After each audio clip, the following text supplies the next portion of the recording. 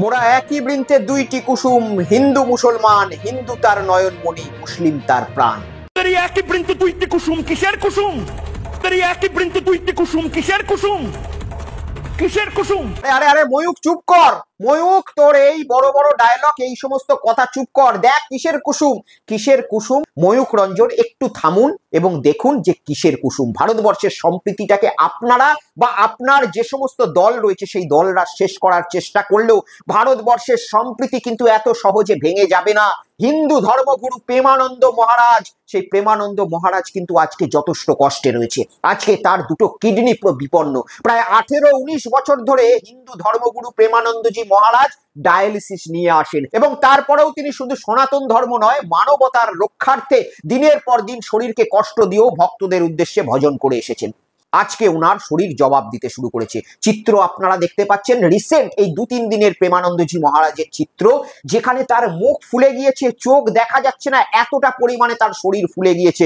অর্থাৎ কিডনি পুরোপুরি শেষ এবং শরীর জবাব দিতে শুরু করেছে। যে কোনো দিন হয়তো যে কোনো মুহূর্তের জন্য ভারতবাসীকে প্রস্তুত থাকতে হবে দুঃসংবাদের জন্য। কিন্তু প্রেমানন্দজি মহারাজ যাতে জীবিত থাকেন, এই ভারতবর্ষের যে সমস্ত গদি মিডিয়ারা কিসের কুসুম বলে চেঁচামেচি করতেন, সেই গদি মিডিয়াদের আজকে চোখ খুলে দেখা উচিত যে ভারতবর্ষ একই বৃন্তে দুইটি কুসুম, হিন্দু মুসলমানের নাম। আর এই প্রেমানন্দজি মহারাজকে কিডনি দান করার জন্য এগিয়ে এলেন মুসলিম যুবক আরিফ খান।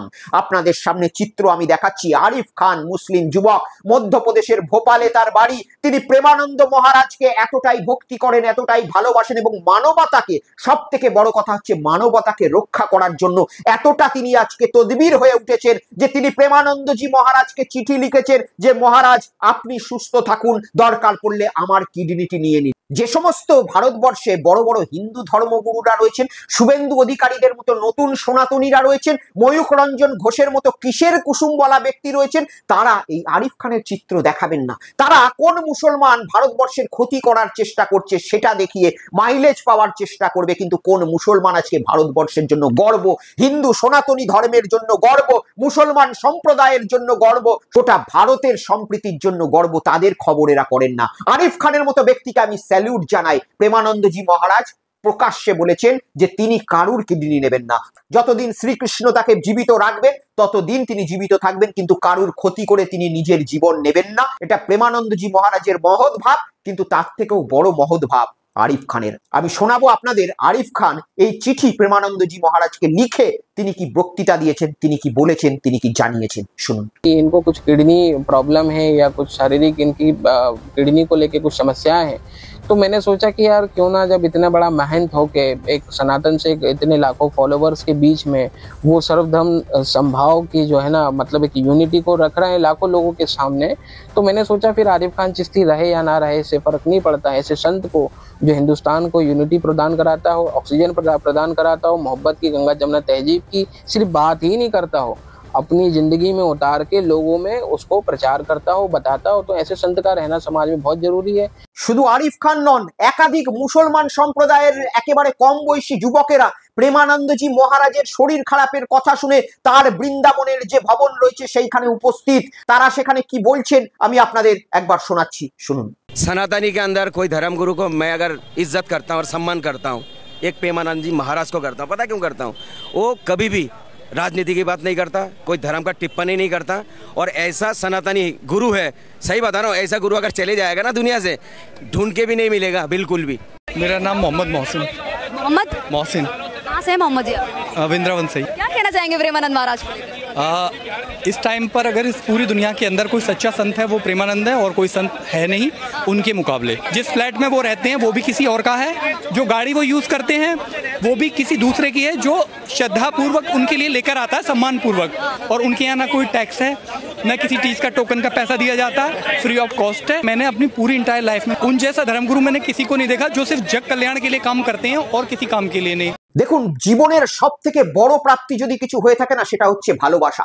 এই ভারতবর্ষে একাধিক ধর্মগুরু রয়েছেন, বাগেশ্বর ধামের মতো গাঁজাকুড়ি ধর্মগুরু রয়েছেন, যারা ধর্মকে ব্যবসায় পরিণত করেছে, যারা মানুষের কাছে লক্ষ লক্ষ টাকা নিয়ে বচন শোনাতে যায়, সদ্বচন শোনাতে যায়, প্রবচন শোনাতে যায় এবং যারা নির্দিষ্টভাবে ধর্মকে ছোট করার কাজ করে, মানে বিপরীত ধর্মকে অর্থাৎ মুসলমান ধর্মকে এবং অন্যান্য ধর্মকে ছোট করার চেষ্টা করে, এই বাগেশ্বর বাবাদের মতো যারা নকল ধর্মগুরু রয়েছে, যোগী আদিত্যনাথের মতো যারা নকল ধর্মগুরু গেরুয়া বসন করে রয়েছে, অথচ দিনের পর দিন তারা কিভাবে মুসলমানদের আঘাত দেবে এই ধরনের প্রচেষ্টা করে আসে।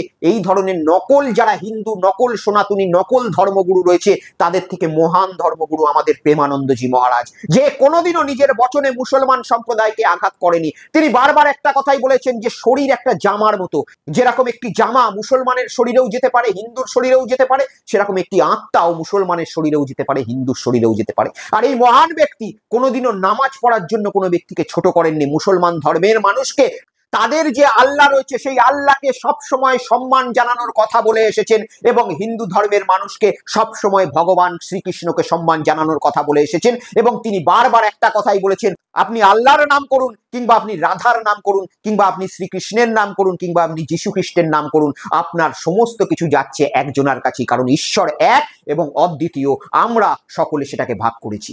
কিন্তু দুর্ভাগ্যের বিষয়, এই ধরনের ধর্মগুরুদের আমরা রক্ষা করতে পারছি না। এই ধরনের ধর্মগুরুদের জন্য ভারত সরকারের কোনো রকম প্রশংসা নেই। এই ধরনের ধর্মগুরুদের জন্য আমাদের তথাকথিত হিন্দু শুভেন্দু অধিকারীদের মতো ব্যক্তিদের একটা চিন্তা ভাবনা নেই। তারা যারা ভারত ভাগ করতে চায়, সেই ধরনের বাগেশ্বর বাবাদের মতো নকল ধর্মগুরু, রামদেবের মতো যারা কোম্পানি চালায়, পতঞ্জলি এবং 5,000 কোটি টাকার ব্যবসা গড়ে তোলে, তাদের মতো ধর্মগুরুদের নিয়ে চিন্তা করেন। শুধু তাই নয়, তারা রাম রহিমকে পেরোলে মুক্তি দেন, তারা আসারাম বাপুর প্রচার করেন এবং কার্তিক মহারাজদের মতো ধর্মগুরুদের নিয়ে চিন্তা করেন। কিন্তু আমাদের স্বয়ং শ্রীকৃষ্ণের জীবন্ত রূপ, যিনি ঈশ্বর হয়ে এখন বর্তমানে ভারতবর্ষে জীবিত রয়েছেন, যিনি বৃন্দাবনে আজ পর্যন্ত সেবা দিয়ে যাচ্ছেন, কোনোদিন এই ব্যক্তি বাইরে কোনোদিন টাকার জন্য, উপার্জনের জন্য একটা টাকাও কারুর কাছ থেকে নিয়ে প্রবচন শোনাতে বাইরে যাননি। তাকে একাধিক বড় বড় মানুষ অফার দিয়েছেন যে প্রবচন করতে চলুন গুরুজি বাইরে, 5 লাখ, 10 লাখ, 15 লাখ, 1 কোটি, কত লাগবে বলুন, সমস্ত টাকা দেব। কিন্তু গুরুজি কোনোদিনও বৃন্দাবন ছেড়ে বেরোননি। আর উল্টো দিকে বাগেশ্বরের এই ধীরেন্দ্র শাস্ত্রী এক একটা প্রবচন শোনাতে 2 লক্ষ টাকা করে নিচ্ছেন। আর যদি কোনো মেট্রো শহরে গিয়ে থাকেন, তাহলে এক একটা প্রবচনের জন্য 10 লক্ষ টাকা চার্জ করেন। এরা হিন্দু ধর্মের রক্ষাকর্তা? না, এরা হচ্ছে ব্যবসায়ী। আর হিন্দু ধর্মের আসল রক্ষাকর্তা আজকে সংকটে ভুগছেন, কারণ তিনি 14-15 বছর ধরে কিডনির ডায়ালাসিস করে আসছেন। আজ তার শরীর জবাব দিচ্ছে। সকলের কাছে প্রার্থনা করছি, আপনারা সকলে শ্রীকৃষ্ণের কাছে প্রার্থনা করুন, মুসলমান যারা রয়েছে তারা আল্লাহর কাছে দোয়া করুন, এবং এই রকম ব্যক্তি যেন ভারতবর্ষে আরো যুগ যুগ ধরে থেকে যেতে পারে। তার শরীর যদি না থাকে, তার চিন্তা ভাবনা যেন আমাদের যুবক সম্প্রদায়ের প্রতি ছড়িয়ে পড়ে, এই ধরনের আবেদন করুন। আর এই আরিফ খানের মতো ব্যক্তি, তিনি যে সৎ সাহস দেখিয়েছেন, তিনি যে ভালোবাসা দেখিয়েছেন, তিনি যে সম্প্রীতি দেখিয়েছেন, আমি ঝুঁকে তাকে প্রণাম করছি, আমি ঝুঁকে তাকে সালাম জানাচ্ছি যে আমরা এই ধরনের মুসলমান, আমরা এই ধরনের হিন্দুকেই ভারতবর্ষে চাই। আমরা শুভেন্দু অধিকারী বা নওশাদ সিদ্দিকীদের মতো মানুষ চাই না, যারা ধর্মের আড়ালে থেকে ভারতবর্ষের যুবক সম্প্রদায়কে একটা বিপদে নিয়ে যাওয়ার চেষ্টা করে, আর নিজেরা কয়েকশো কোটি কোটি টাকা মুনাফা করে নিজেদের জীবন অত্যন্ত ভালোভাবে চালায়। সকলে ভালো থাকুন, প্রেমানন্দজি মহারাজের জন্য প্রার্থনা করুন, এবং আরিফ খানকে সকলে স্যালুট জানিয়ে এই ভিডিও তার নামে শেয়ার করুন, যে আমাদের ভারতবর্ষে হিন্দু মুসলমানের সম্প্রীতি আজকে কোন জায়গায় দাঁড়িয়ে রয়েছে। জয় হিন্দ, জয় বাংলা, বন্দে মাতরম। দেখা হবে পরবর্তী ভিডিওতে।